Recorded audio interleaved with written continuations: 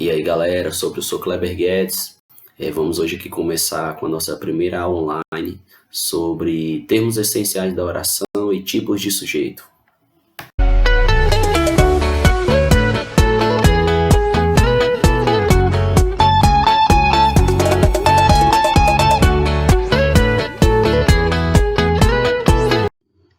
Olá pessoal, lembrando que hoje nós estamos estudando sintaxe, que é diferente de morfologia, porque na morfologia, vocês devem lembrar, a gente estuda as classes gramaticais separadamente, o verbo, o substantivo, o numeral, certo? As 10 classes de palavras a gente estuda elas separadamente, agora aqui não, na análise sintática a gente tem que analisar a oração como um todo, certo? A gente tem que olhar toda a oração. E quando a gente fala de termos essenciais da oração, lembrem também que existem os termos integrantes e os termos acessórios, que a gente vai ver em outras aulas. Hoje o nosso foco são os termos essenciais, sujeito e predicado. Por que essenciais? Porque é o mínimo e é o básico que eu preciso para realizar uma análise sintática.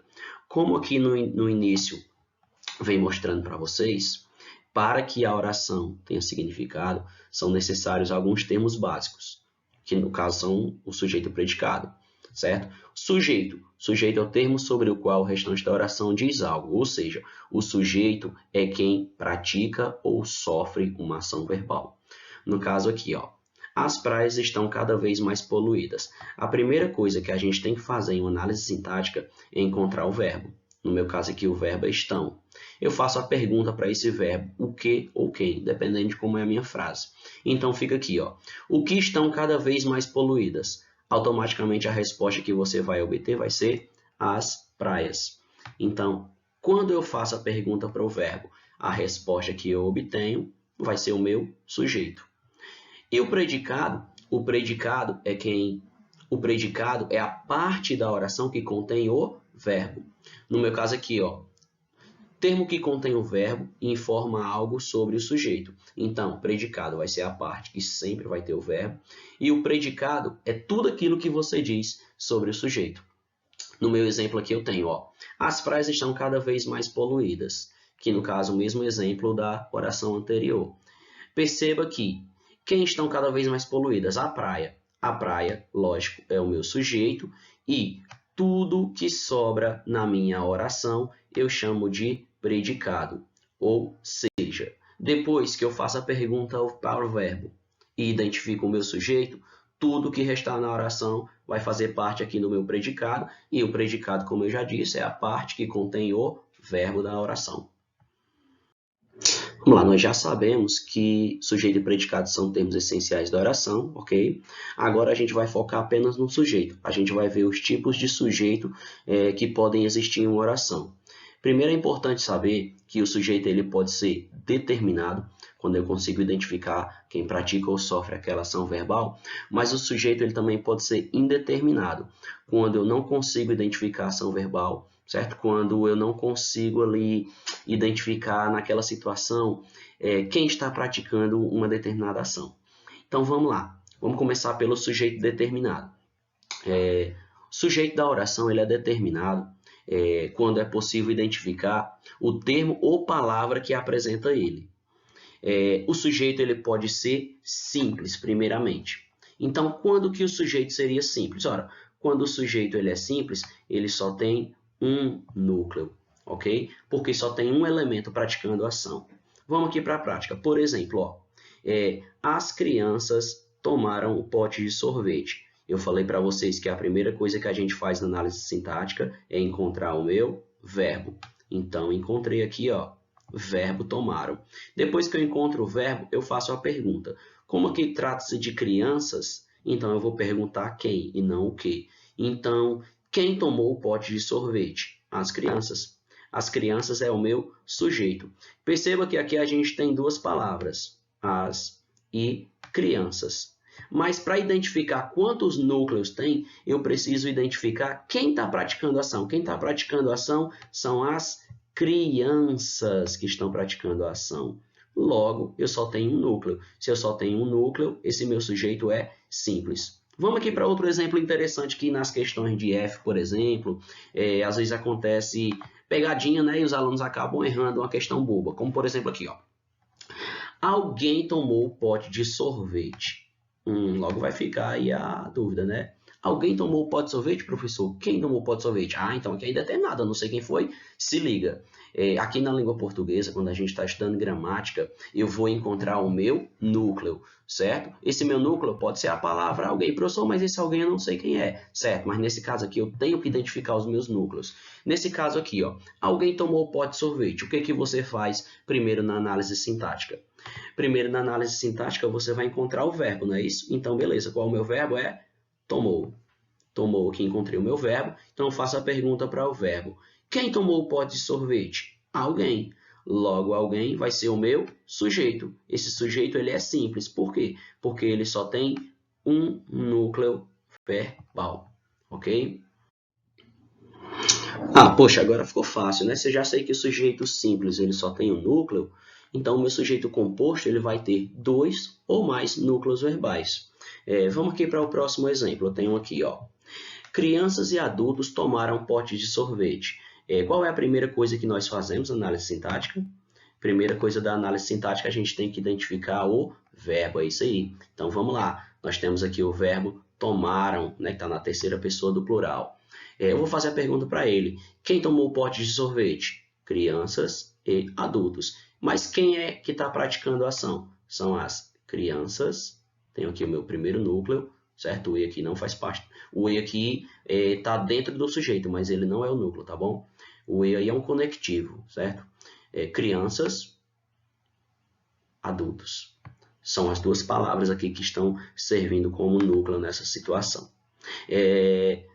Temos também o sujeito elíptico. Se liga, nesse sujeito elíptico, para quem faz a prova do IF, certo? Tem que prestar atenção, porque esse sujeito elíptico ele tem mais de um nome, porém todos significam a mesma coisa. Pode ser sujeito elíptico, pode ser sujeito desinencial, pode ser sujeito implícito. Por que desinencial? Porque com a desinência dele, com o final do verbo, eu consigo identificar quem pratica a ação. Professor, não entendi.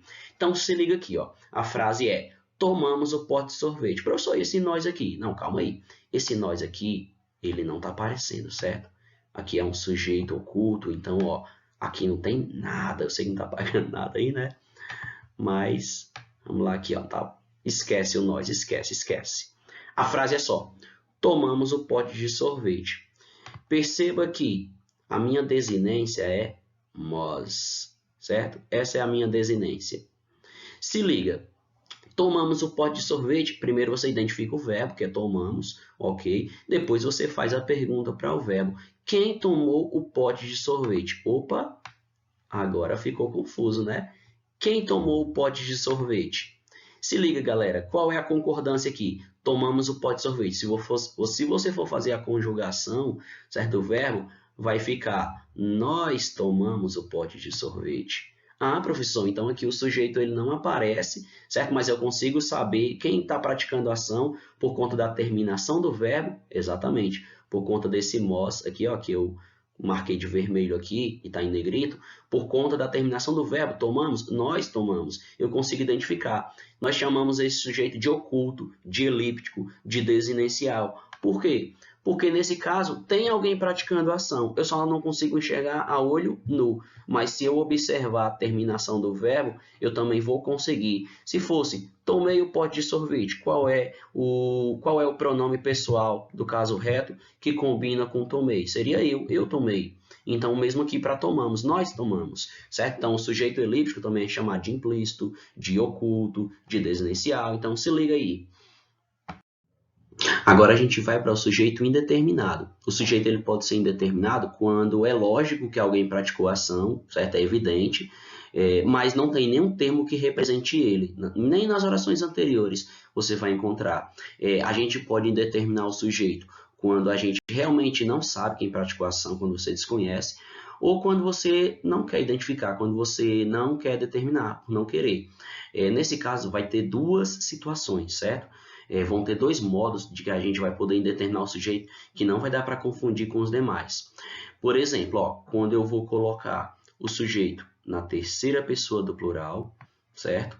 Em estruturas, essa estrutura ocorre em frases isoladas, ou nos casos em que o sujeito não esteja determinado nas orações anteriores. Vixe, professor, ficou confuso agora, não entendi. Olha aqui como é simples, ó. Tomaram um pote de sorvete. O que você faz primeiro na análise sintática? Na análise sintática, primeiro a gente identifica o verbo, certo? Então tá aqui, ó. O verbo é tomaram. Esse verbo, qual é o pronome que eu conjugo esse verbo? Eles tomaram, certo? Eles é terceira pessoa do plural? Sim, eles é terceira pessoa do plural. Se eles é terceira pessoa do plural e o eles não aparece antes do verbo, então significa que aqui trata-se de um sujeito determinado. Professor, e se fosse assim, ó, eles tomaram um pote de sorvete, se o eles estivesse aparecendo? Ora, se aqui tivesse o eles, aí seria sujeito simples, porque o sujeito ia ser a palavra eles. Mas não é aqui o caso, ó. Na minha oração aqui, eu só tenho tomaram um pote de sorvete. Se eu só tenho tomaram um pote de sorvete, então não tem nenhum termo aqui que eu consiga identificar de quem está praticando a ação. Porque, ó, tomaram um pote de sorvete. Quem tomou o pote de sorvete? Não dá para saber, certo? Temos aqui um exemplo agora embaixo, ó. A festa esteve ótima, tomaram o pote de sorvete. Nesse caso, não cabe o pronome eles, que somente será o sujeito se estiver explícito na própria oração, como eu expliquei para vocês. Aqui, ó. Eles tomaram um pote de sorvete. Se a oração fosse assim, eles tomaram um pote de sorvete, seria sujeito simples e o sujeito seria eles. Só que no caso da oração, a festa estava ótima, tomaram um pote de sorvete, eu não consigo identificar quem praticou a ação. A outra situação em que o sujeito ele pode ser indeterminado é quando o verbo ele também estiver na terceira pessoa, só que junto desse verbo vem acompanhando o pronome oblíquo se, que a gente também chama de pronome indeterminador. Por exemplo, aqui, ó, precisou-se de mais sorvete. O que é que eu faço na análise sintática? Primeiro, vocês já estão cansados de ouvir isso. Ora, professor, na análise sintática, primeiro a gente identifica o verbo. O verbo é precisou-se? Não. O verbo é só precisou, tá bom? Esse se aqui, que está de vermelho, é um pronome oblíquo, tá bom? Então, precisou-se de mais sorvete. Aí você faz a pergunta para o verbo. Quem precisou de mais sorvete? Não dá para saber. Então, nesse caso, de novo, eu tenho um sujeito indeterminado. Vocês perceberam que não dá para confundir o sujeito indeterminado com o sujeito oculto? Porque o sujeito indeterminado, apesar de que ele também não dá para ver a olho nu, mas o sujeito indeterminado só vai ocorrer nos casos em que são terceira pessoa. Terceira pessoa do plural, sujeito determinado. E terceira pessoa do singular mais o pronome oblíquo se, também vai ser sujeito indeterminado. Em outras situações, você classifica como sujeito oculto. E agora também a gente tem orações sem sujeito. Professor, mas você falou que para a gente analisar, fazer uma análise sintática tem que ter sujeito e predicado, certo? É o mínimo, é o básico que precisa para fazer uma análise sintática. Sim, exatamente, mas toda regra tem exceção, né? Na língua portuguesa não é igual. Então, existem sim orações que são sem sujeito. E quando isso aconteceu, como que faz? Quando a oração é sem sujeito, simplesmente ela só tem predicado, certo? Toda ela vai ser predicado. E quais são os casos em que isso acontece? Então vamos lá, ó. Apesar de o sujeito ser um termo essencial da oração, sim, eu preciso dele, há casos em que a oração é formada só de predicado. Isso ocorre com os verbos impessoais. Professor, o que são verbos impessoais? Galera, verbos impessoais é quando ali não tem uma pessoa, quando não tem ali um ser vivo ali praticando aquela ação verbal, como por exemplo quando são fenômenos da natureza, certo? Por exemplo, ó, choveu ontem à noite. Minha primeira oração aqui, ó, choveu ontem à noite. Aí você pode dizer, sim, quem praticou a ação aí foi a chuva, certo? Mas aí a chuva é um elemento da natureza. Fenômenos meteorológicos são classificados como verbos impessoais, logo aí a oração é sem sujeito. No inverno, anoitece bem cedo. Anoitece é fenômeno da natureza, é o verbo que eu tenho aí, mas é um fenômeno meteorológico. Está chovendo pouco no sul do país. Está chovendo, ó. Está chovendo. Eu tenho dois verbos que indicam a mesma ação. Quando eu tenho dois verbos que indicam a mesma ação, eu tenho uma locução verbal. Lembram disso? Locução verbal é quando eu tenho dois verbos que indicam uma mesma ação, certo? E no caso aqui, como de novo está falando em chovendo, chovendo é fenômeno da natureza, então logo eu vou ter aqui oração sem sujeito. Bem simples, né? Outra situação é quando eu tenho o verbo haver no sentido de existir, no sentido de acontecer. Vamos olhar aqui quando que isso ocorre, ó. Havia poucas pessoas na reunião. Professor, não é? Haviam poucas pessoas na reunião, galera. Quando o verbo haver tiver significado de existir, de acontecer, ele também deve ficar no singular, viu? Professor, mas eu sempre falei haviam. Então, né? A gente, né, normalmente as pessoas falam errado no dia a dia, né? A gente usa a linguagem coloquial, informal, mas a gente tem que ficar atento aqui para as regras da língua portuguesa, né? Para a gente vai fazer prova de FCE, certo? Mais futuramente Enem. Houve algum problema com você? Percebam que houve algum problema com você. É a mesma coisa de dizer que aconteceu algum problema com você, né? Percebam que havia poucas pessoas, é a mesma coisa de dizer que existiam poucas pessoas. Na minha cidade está chovendo muito. De novo aqui, ó, está chovendo é o quê que eu falei para vocês? Está chovendo é uma locução verbal. E o que é uma locução verbal? É quando dois verbos indicam a mesma ação. Quando eu tenho aqui está chovendo, na minha cidade está havendo uma exposição de arte, desculpa. Na minha cidade está havendo uma exposição de arte, é a mesma coisa de eu dizer que na minha cidade está havendo, na minha cidade está acontecendo uma exposição de arte.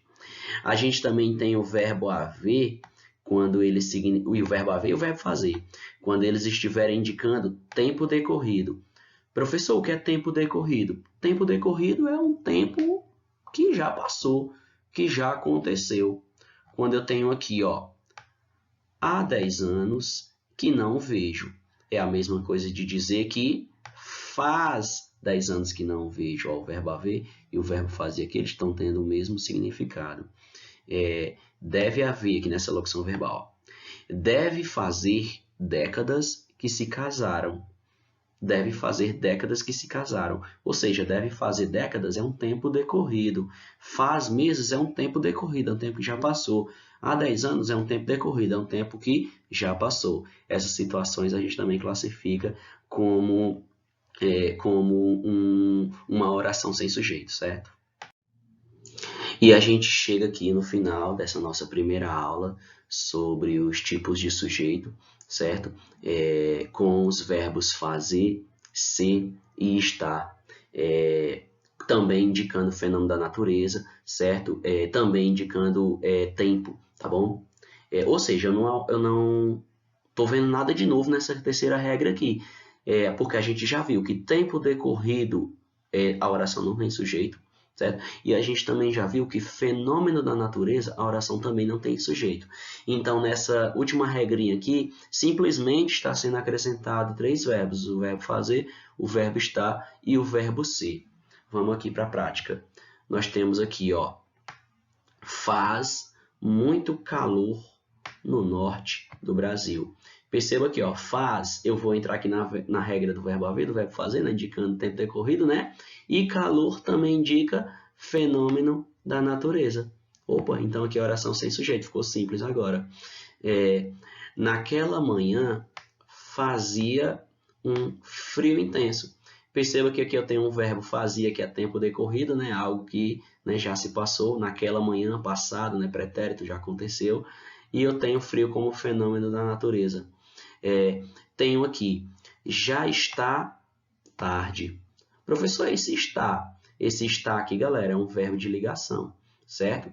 Mas já está tarde, eu também estou indicando fenômeno da natureza, tá bom? É cedo ainda, fenômeno da natureza, cedo, tarde. É 1 hora, são 2 horas. A gente está vendo aqui no finalzinho da aula aqui alguns verbos de ligação. A gente também vai ter outras aulas sobre dos verbos de ligação, certo? Sobre os tipos de verbo, tá bom?